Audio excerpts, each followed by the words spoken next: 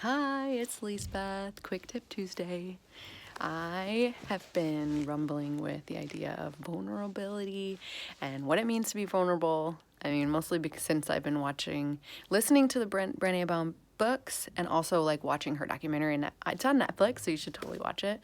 But like one of the things that she said is like, how do I let myself be loved if I won't let myself be seen? And even with like people we're in a partnership with, sometimes it can be really hard to like move to that vulnerability space or to be with them when they are in that space. It's scary and it's hard, but we have to go there. That's how we deepen the relationships and deepen our understanding, and just grow. And one of the things that there's a couple tricks. So one is I try to stay out of the ego. Like I try to catch myself. Like, is this response my pride? Is this response me trying to defend myself or make sure my story is told? That doesn't get us anywhere. And then one of the tricks that she gives is using the words, the story I'm telling myself is.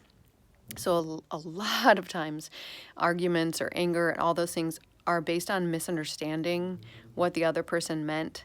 Like she tells this story about her and her husband, and like when she actually like got down to figuring out like what she assumed was him like blowing her off or like thinking these terrible things about her was really like something he was like dealing with a panic attack. And she had no idea, and he didn't want to share that with her either because that was vulnerable for him. So that really like made me think, yes, I need to catch myself. I'm making an assumption right now. I'm making an assumption. So unless we sit and say, the story I'm telling myself right now is that, and then explain like where your thought went with that action, with that look, with that huff, right? Because so many times one person will do one thing and the other person will react, and then that makes the other person react, right? I mean, do you know what I'm talking about here with these blow-ups?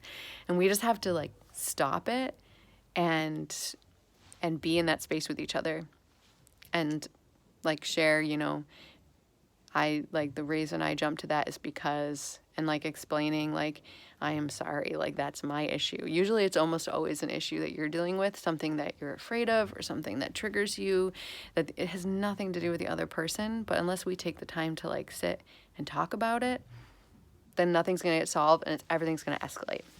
So quick tip Tuesday today is in a conversation with a loved one or even someone you're not getting along with, is to stop and say, the story I'm telling myself is.